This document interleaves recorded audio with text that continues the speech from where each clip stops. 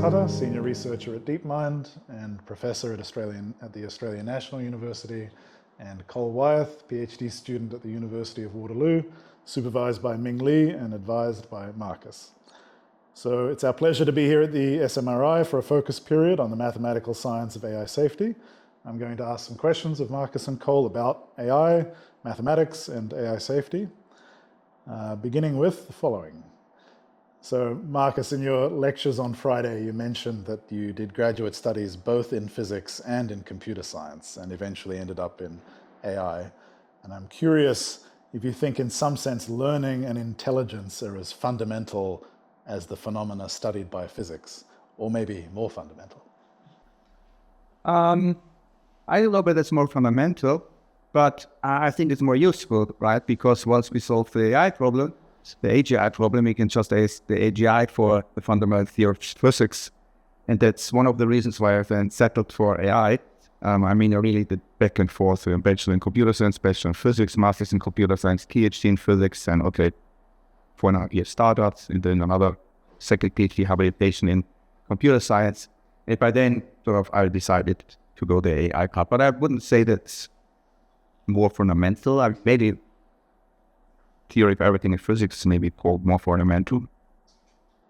But if intelligence is somehow latent in mathematics in maybe the same way that physicists feel that, the math seems very appropriate for doing physics, do you feel like in some sense it's inevitable that if you study mathematics long enough, you'll stumble on things like AIXI and then build it?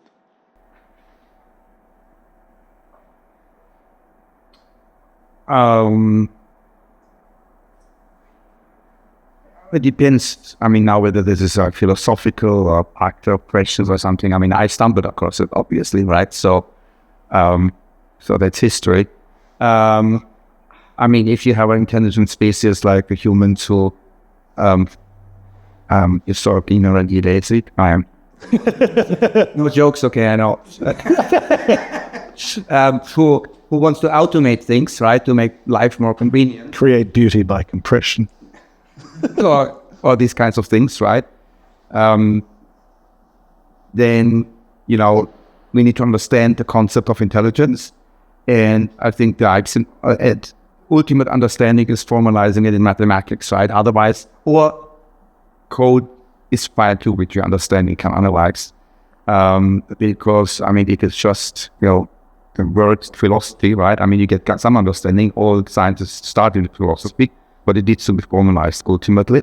And, the concept of energy was some long time ago, something really mysterious, and now it's 100% formalized. And I think, the concept of intelligence and therefore artificial intelligence should also be 100% formalized, because that helps us to understand it and build it. And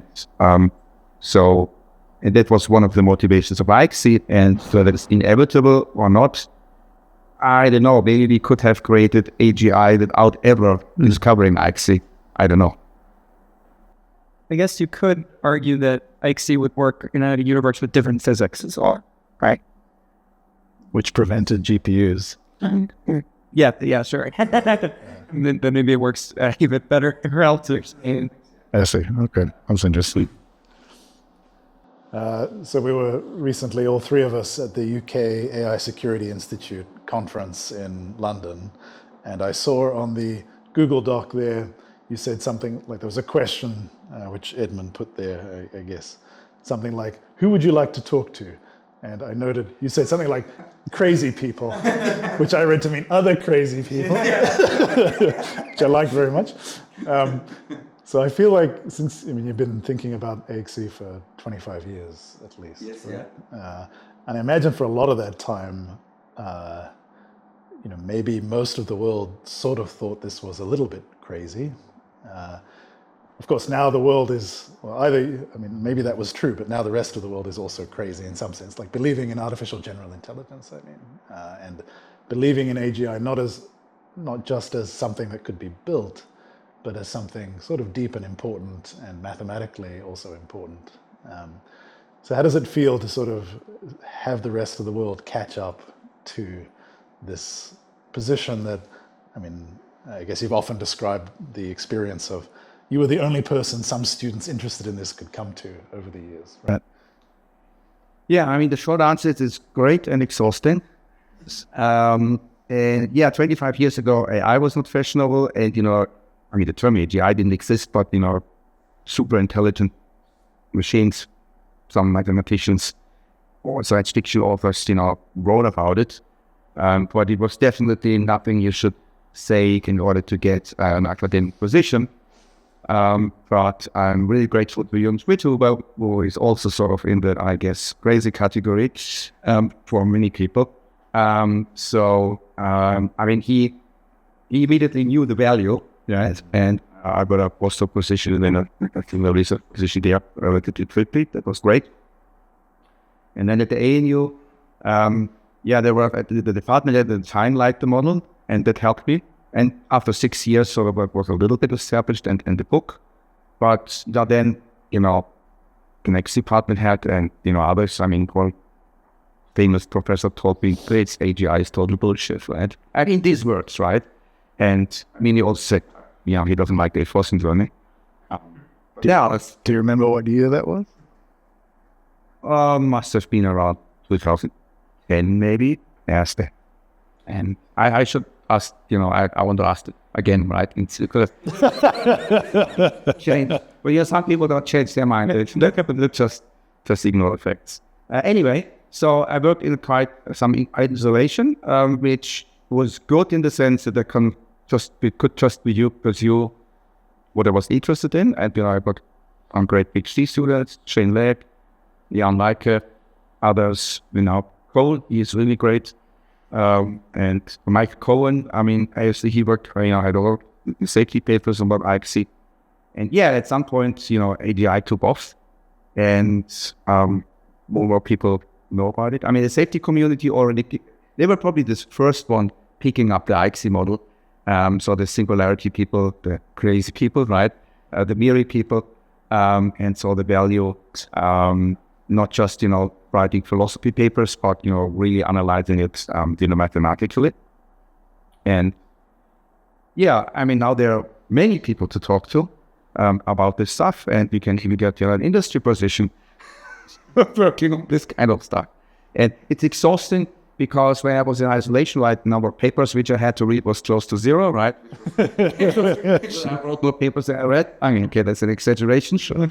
But now, I mean, there's a lot of papers and keeping up to date. I mean, there's not a lot of IPSI papers, but I mean, I'm trying to do something in DeepMind which is ultimately somehow valuable, right, and can lead influence in the right direction. So often in the talks you give, you run through the history of the problem of induction, and you speak about Occam and Epicurus and Bayes and Kolmogorov and Solmonov. And it's obvious that you are a person who takes deep ideas very seriously. I think maybe we could say this isn't universally the case in machine learning, say.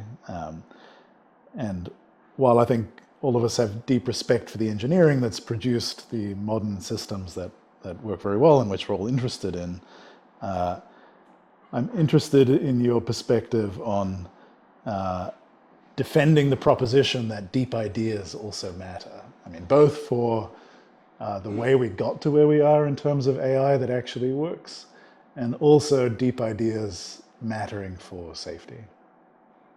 I think, if you understand something or model something on a fundamental level, even if it's, impractical, it can guide you towards practical solutions. And, I mean, standard example is, say, playing chess, minimax to the end, back propagating, the winner lost, gives you the optimal action, right? I mean, now sounds like trivial, right? But at some point, not exactly sure who first come up with it, maybe from Leuna, doing or it or out there. Or it can't possibly earlier. So, that's the gold standard for playing chess, and then you do approximations and heuristics and so on. And imagine you want to develop a chess playing program without having this gold standard, right? I mean, it's very hard to imagine this, but how would you start? Yeah, you could try random ideas and here and that and some heuristics without, the planning component on top. But I don't think it would have gotten us very far. And but it's also incomputable, right? The exact notion. And I mean, mathematics, there are lots of pockets of mathematics which are highly incomputable, but they help us, understand, I mean, especially physics theories, right? I mean, the highly incomputable mean they are not efficiently computable. Most of them, all of them are computable, but highly inefficient. So, I mean, in physics, for instance, the concept of computability plays no fundamental role. Newton's mechanics, quantum electrodynamics stuff, string theory. This has all been developed completely ignoring computability. And then at some point when you understand the theory enough, of course, we need to get some numbers, right? And then we need to approximate it or numerically or analytically, which can be really, really, really hard, right? So in this sense, abstract theories can guide us. And if I look at the current development, if you look at LLMs, that they're trained on minimizing log loss and so on. You can really argue, and I keep it a little bit short, but you can ask follow-up questions. And you can really argue that current LLMs are really Solomon induction approximators, right? And if you have seen Ilya Sutskever, right, we push down on the decoder-only transformer, the autoregressive one. Look at his talks, right? He's talking about Kolmogorov convection Solomon induction. I haven't asked him personally, and he didn't state it, but I'm pretty sure he knows. I know that he knows that Solomon induction is the ultimate next token predictor, but I would strongly guess, given his talks, that this was the reason why he pushed down, on this approach, which, right, and and on the safety, on safety, similar, maybe even more so. I mean, we don't have super intelligent systems at the moment. And the current systems are safe or not is not so important, right? I mean, I'm talking about the long-term safety, not short-term safety. The short-term safety is, of course, the current systems are important already to get them safe, but for the long-term safety, the current systems seem not to cause any threats, but, the next generation or next to next generation, but we don't have them yet. So how do we analyze that? I mean, we can, yes, heuristically, extrapolate what they might do. But which is probably also a good idea. But on the other hand, we have the gold standard of IXC, so we can also go first at the first instantiation, ask safety questions about the IXC model, which of course will never be implemented, right? Because it is, incomputable. But then, you can have approximate versions like the Minimax for chess, and hopefully, because some results we know, they also hold then for certain downscaled versions. And maybe we need in the middle even some point. Could you expand maybe just a little bit more on what's the very brief version of what Solomonov induction is and what is that's he's getting ready. And in what sense does the training process for transformers incentivize this kind of behavior? Okay, so Solomonov induction is the ultimate sequence predictor for any sequence, whatever your source is, whether stock market data or weather data or next token prediction. And it's totally ready to Kolmogorov complexity and see the other extent in terms of Kolmogorov complexity. What you do is you look for the shortest description of your data or your sequence you have so far. So that means it's a program and you run it and then you reproduce your data. And there are many of these programs. I mean, the knife one is print quotation mark, data quotation mark, which is a very long program. But if the data has regularities like 010101, or even if you take an IVIT, right, there's lots of regularity in there, then there are shorter programs. It's like a self-extracting archive with the ultimate version, and you take the length. This gives you Kolmogorov complexity. Okay. So you run this program, it reproduces your data, but it will typically not stop. It will continue fictitious future data, which you then take as predictions, and you can show in a very quantitative sense that's the optimal thing to do. I mean, of course, you don't want me to write on the exact theory, Okay, so that's Solomonov induction. And, you can intuitively quite easily convince yourself that you really can't do better. It's your prior knowledge, you want to integrate it, and you can do that too. So that's Solomonov induction.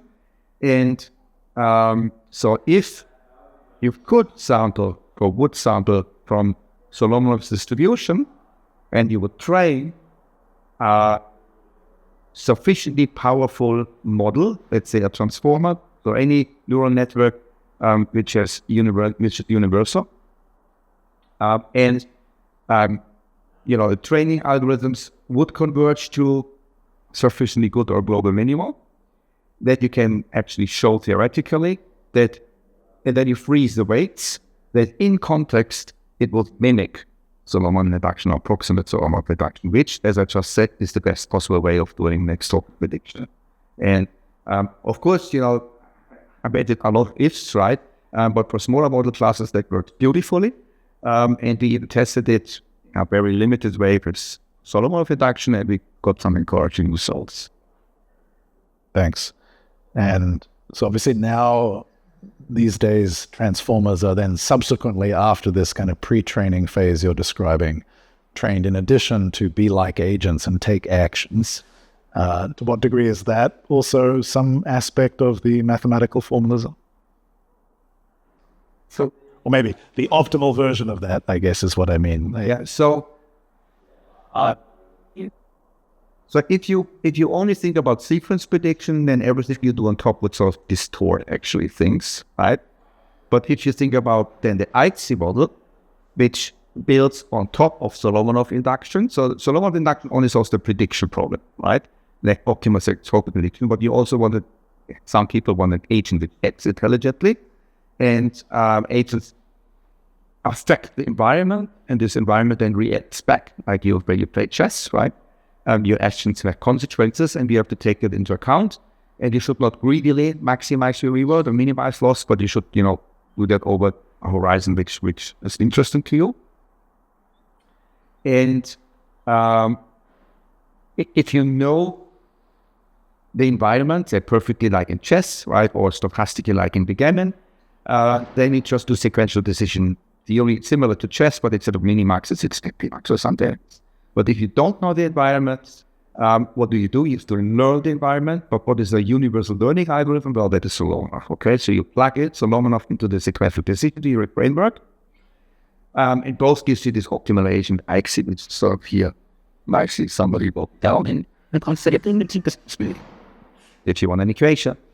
And so now back to the LLM. So the LLM part just approximates Solomonov.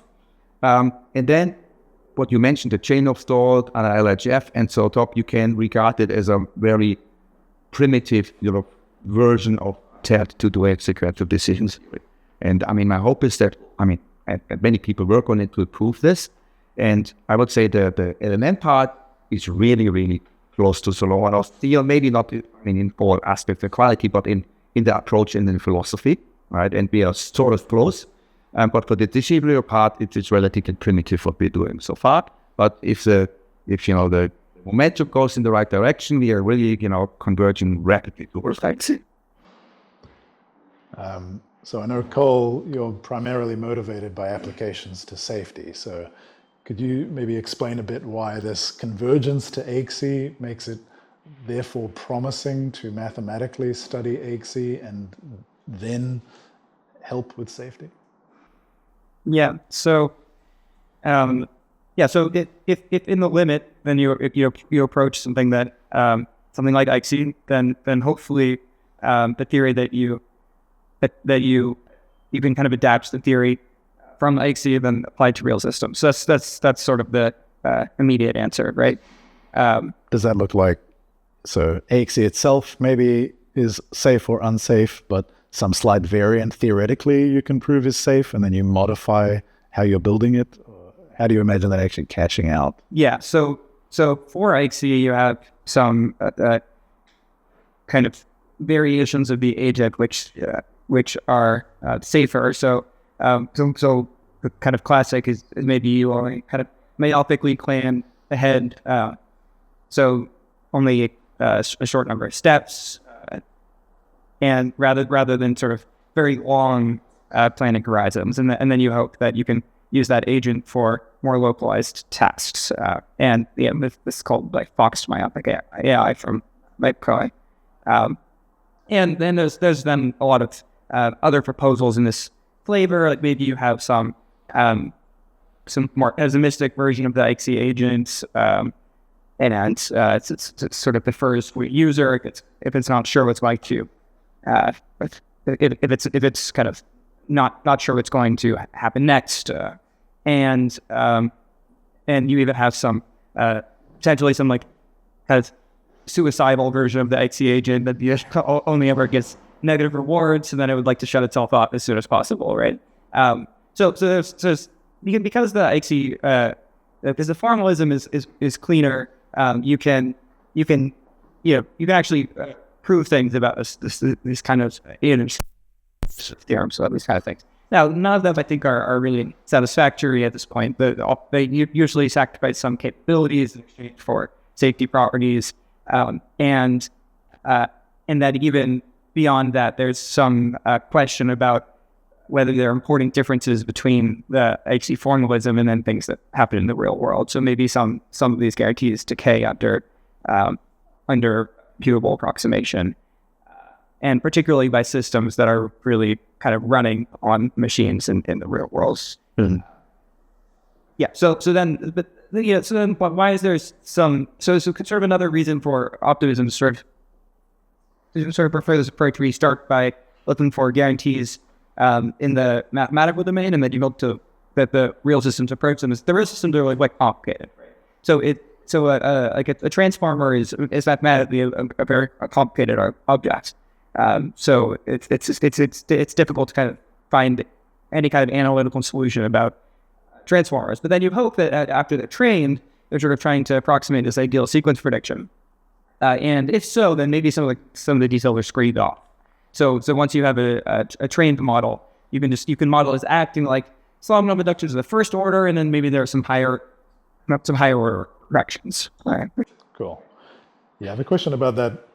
So when you study either in physics or in AI some kind of theoretical idealized model of a phenomenon, which could be fluid or intelligence, then you have a piece of mathematics. I guess as mathematicians, we often like the sense that we get out more than we put in, right? That you learn something conceptually from the theorems you're able to prove. And I have a question about AXE, which is somehow like from your intuitive point of view, maybe some aspects, when you're building a theory, I think you often have a sort of pretty fine judgment about what is a kind of ephemeral consequence of some of the technical choices you made in the axioms. Mm-hmm.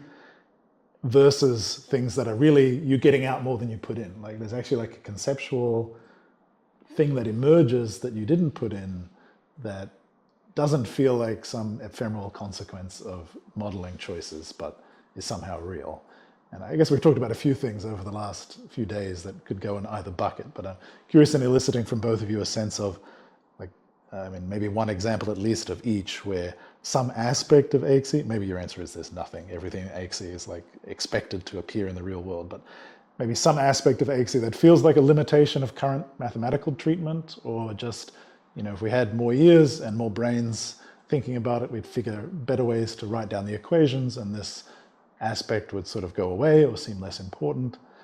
And therefore, maybe you wouldn't expect that to arise in transformers in the limit because it's kind of something about maybe it's not real in some way, versus something that does feel like it's only in the math for now, but feels to you kind of quite profound, and you would predict actually that the real systems, as they approach the idealized limit, as a consequence of it being actually real, you'd expect to see it, but you haven't seen it yet. Maybe I'll go first on this one. No, if you want. So I'll take the sort of I admitted the softball as something that Marcus was already pointing out as this duality between learning and compression. So I think this doesn't just my view is this isn't something you put into the theory. It's something that you sort of very naturally get out. So there's many different ways to arrive at something like Solomon induction, and you tend to end up getting this simplicity bias, sort of no matter which approach you take. So you can take this more direct approach of I'm just going to mix together a bunch of possible predictors and kind of rate them by how they perform, and you still have this sort of show up in the theory. So I think that's kind of a deeper, it's kind of deeper result. And just to connect the dots there, this is giving another aspect on Marcus's answer earlier, I guess, right? That the fact that you end up training transformers to, you write down this learning task for next token prediction, and it ends up they're doing very good compression. It's not an accident; those are basically the same function to write down. Is that partly what you're getting at? Yeah. So the reason that you can transformers as compressors is basically arithmetic coding, but there's a similar thing that some theories. Yeah, maybe to give an example where maybe some folks are an artifact of specific versions of IC, right? So there were general form the outside, right, where you just consider whatever class of environments, either smaller or bigger than all computable environments. That's also very natural, but ultimately we cannot take all lower semi-computers semi-methods because it's on limit computable. And for instance, the IC model most likely doesn't satisfy the grain of truth. We know the IC model doesn't satisfy the grain of truth probably. That means when you have multiple ICs playing with each other, they don't, the basic assumption of Bayes that the true environment is in the model class is not satisfied, which then, if the true environment is in the considered model class, then Bayes is correct. Okay, so it's a theory. But if the true environment is not a model class, then all kinds of things can break. It often do break. And if two X is interacting with the others in the multi-agent setting, we have this problem with grain of truth side. But the modified versions, the reflective Oracle IC, satisfies the grain of truth more or less by construction. So then we also have guarantees in a multi-agent setting. And there I would personally say, while Solomon induction feels simpler, it's easier to explain. And the reflective Oracle stuff is at least so far, feels highly complicated.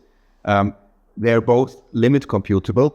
So from a complexity or computability theoretical concept, there is no real difference and reason to choose one over the other, right? One, because simpler was chosen first, and they think about the multi-agent version, and the more complex reflective Oracle code, maybe in a couple of years, somebody simplifies it to the extent and nobody wants to use the original one anymore because there's no point. So this would be an artifact then of particular choice. Interesting. Yeah, let me stick on this point about the role of, you're mentioning limit computability. I'm sort of interested in the role of mathematical logic in both the development, obviously, of computer science and also in your own approach to artificial intelligence, where, it's kind of fascinating that folks like Turing just poking at the foundations of mathematics and what is knowable and what is provable end up creating a lot of powerful frameworks for actually computing. And similarly, your own work seems very deeply inspired by people just poking at the question of, well, what does it mean to take knowledge you have and predict the future, or the problem of induction, which you often start your lectures with. And the other part of AXE, apart from Solomonoff induction, is obviously goes back to decision theory. You were mentioning minimax trees and so on. So if AXE is the best current mathematical model, not only of artificial superintelligence, but maybe the limit that today's real systems are approaching, why is it that somehow logic is so productive in this way, and just poking at these fundamental questions seems to continually deliver very useful dividends? Do you have some intuition for why this is?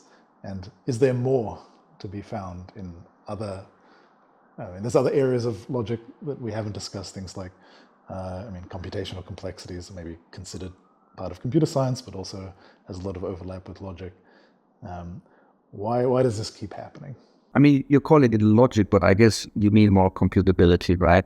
Logic is very broad, and of course I use deductive logic to prove my theorems, right? But you specifically refer to the context of, self-referentiality, Gödel incompleteness, Turing's universal Turing machine, or more general logic?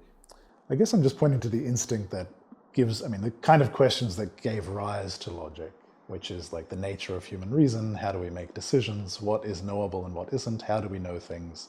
How do we produce new knowledge from old knowledge? These of course have precise incarnations in mathematical logic, like the ones you're describing. But I guess I'm interested in, your own trajectory. I don't know what you got interested in first. Maybe that's a sub-question. But so coming to AXE, were you driven by kind of trying to understand some of these fundamental questions, or you recruited those ideas in order to, maybe your goal was to design an artificial general intelligence? No, the goal was to design it. Well, now it's ASI, right? Okay, before it was AGI, so to design it, artificial superintelligence. And then I recruited the tools. And it was somewhat unfortunate that although I took 2 complexity classes as students, nobody ever mentioned more complexity, and I discovered it relatively late in my life. Otherwise, I would have jumped on that before. And I can't recall it exactly in mind. I was always fascinated and liked logic, but for long, past the year, I didn't believe that we need to build at least, I think that's not what you're asking about, a logical deductive reasoning system in order to achieve AGI. So this part of logic, I used logic for proving theorems and to reason about AI, but I don't think that logic has to be somehow built into the AI. It's just an emergent phenomenon like it humans or something like this. And with the computability,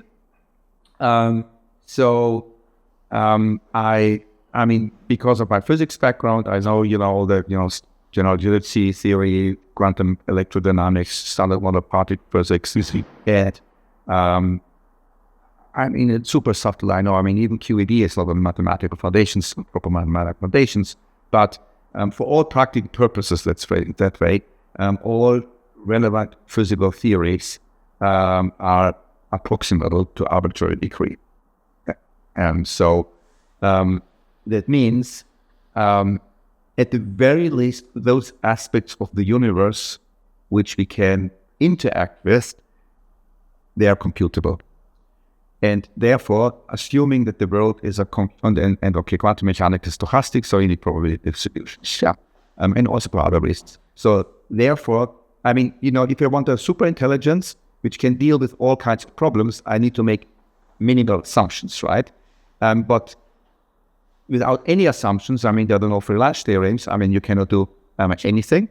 But they are misinterpreted then very often, right? The no free large theorems essentially say if you uniformly at random sample a function, then you cannot, the optimizer is equally good, but it is just white noise. So the theorem just says you cannot optimize efficiently white noise, but nobody cares about it. The world is not white noise, otherwise we wouldn't exist, right? So, okay, what is the minimal assumption I can make about the world, which is not restrictive? And that is to assume the world is stochastically computable, right? At the moment, there is no evidence contrary to it, and even if there is, it probably doesn't matter because everything which we interface with, right, is stochastically computable, okay? And even if there are aspects, non-computable aspects of the world, which we finally can exploit somehow, then you can even extend it. So assuming that the world is computable seems to be no assumption at all or very mild. And then you do the Bayesian, cranking, and then you have a prior over it, and then a Bayesian mixture, and so on, and you get the sort of one reduction. So no, it was the goal was to solve the ASI problem, and looked for or reinvented the techniques for it.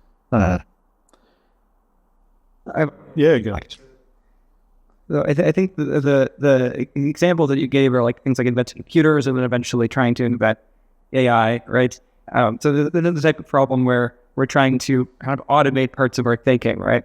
And that's why I think that these like deep philosophical ideas are necessary, because philosophy is basically thinking about things you don't know how to think about yet. And typically your own thinking is going to be ahead of, when you try to understand how you were thinking, your thinking gets in the way. So it's confusing. So I think that's why you need to kind of make conceptual progress, and then conceptual progress ends up being useful to build this. Yeah, and then I'm kind of struck by the number of times the arithmetic hierarchy has been mentioned on Friday and Monday, which is like maybe coming from the outside, not something you'd expect to be mentioned in connection with trying to understand artificial intelligence, right? So why does stuff like the arithmetic? Why are you guys always mentioning the arithmetic hierarchy? Or why is conceptually should this be somehow something natural you'd expect to see as soon as you try and understand very advanced intelligence mathematically? Maybe it's just some accident of your framework and it's not a deep thing, but it seems like it might be, right? In the ideal ASI would be something which runs on a 1980s computer. This answers, always in 1 millisecond, right? So, linear time computing or whatever, right? But, okay, that's probably not feasible, okay? The linear time, the system would be great. Polynomial time, still great, okay?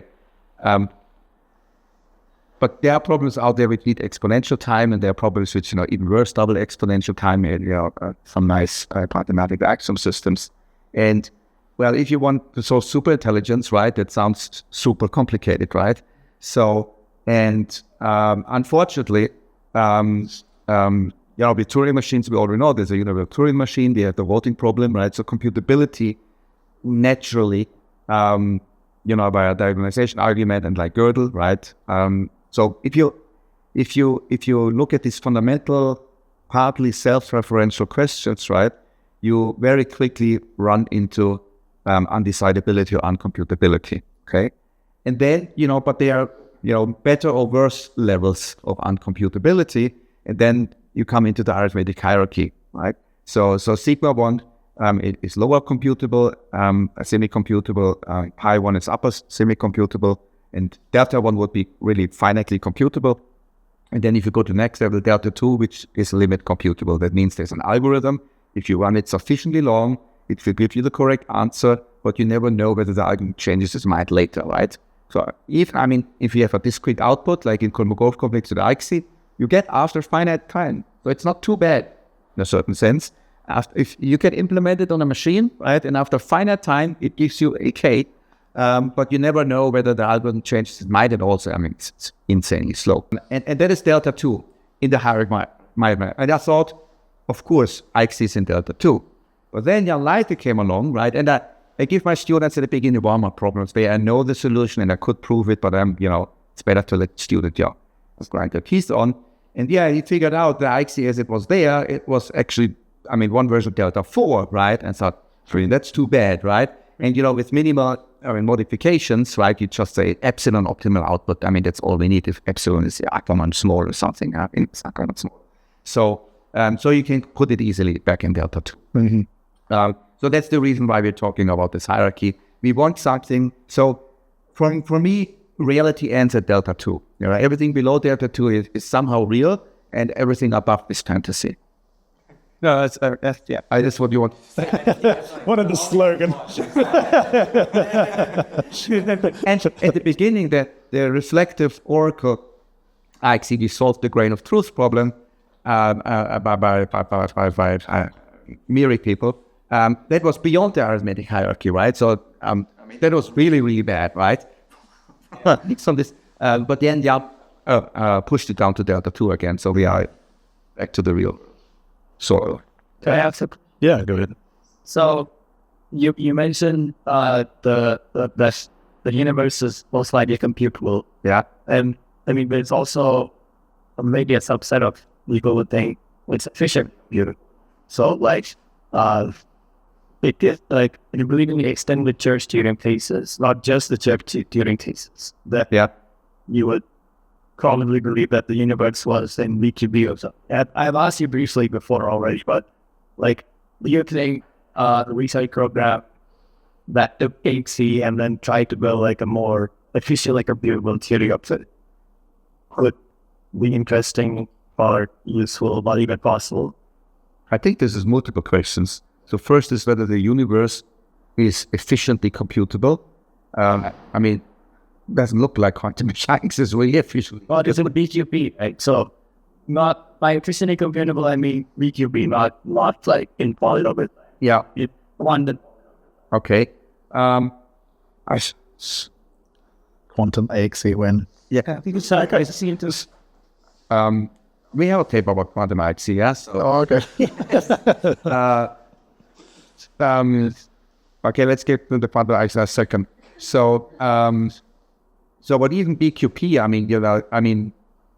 that lots of open questions of which classes are equal and unequal, but I guess the current conjectures, traveling salesman problem, AP complete problem cannot be solved, right, in BQP, right? But one have to be careful, right?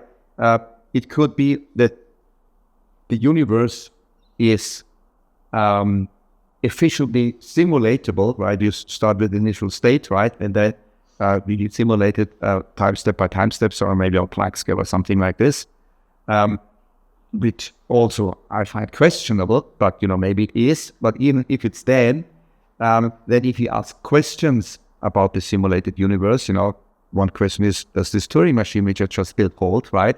Then there are questions which are undecidable, even though you are in an efficiently simulated universe. And then if I miss something, you ask a follow-up question. And with the quantum IC, since base is, a linear mixture over environments, and quantum mechanics is linear, it feels like, possibly suitable. It's very difficult to develop new quantum algorithms. But we thought we can maybe speed things up. And there's a lot of incomputable, but there's so-called speed prior, which is a computable version of it. And then we looked at quantum algorithms for the speed prior, but doesn't look so good. All right, I think that's a good segue to my last question, which is, if a young person is listening to this and thinks that something sounds crazy in a good way, like building quantum computers to execute AXE fast, what should they do to work on that? They should buy your books and read them. What else? Well, I guess it depends. If you're rich, then just work on it. And if you depend on a position somewhere, then try to hide your greatness as far as possible. And do it sort of, my philosophy is distort yourself minimally so that you don't kick out of the system, right? And I barely sort of hung on. So, 25 years ago, being outspoken of AGI wasn't very wise, but if I hadn't done this, I wouldn't have returned to academia, but it was a fine path.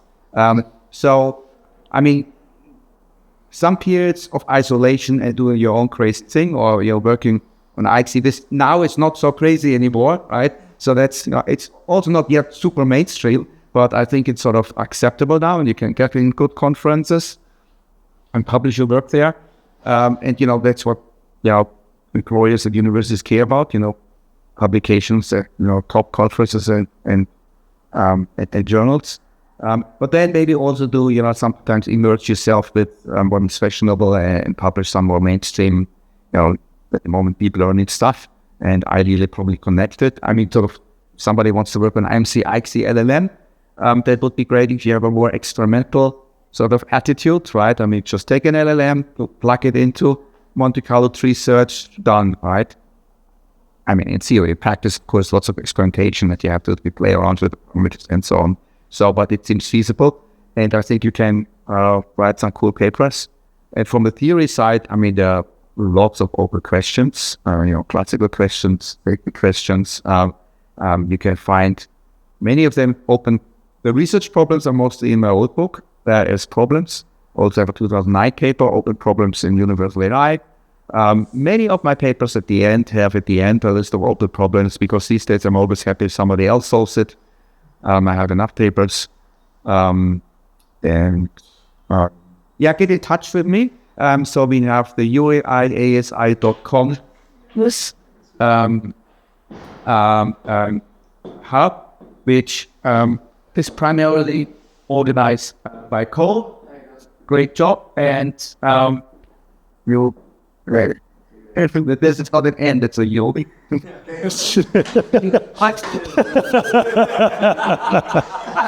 You have some other purpose.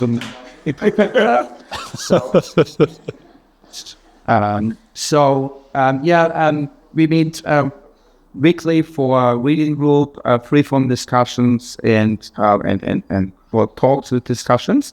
So it's an exciting, growing group. That's probably maybe the best way to start, right? If you prefer to work with others, if you like to work on your own, read my second book and then get started. Great. Thanks, Marcus. Thanks, Cole. Yeah. Thank you too. Yeah.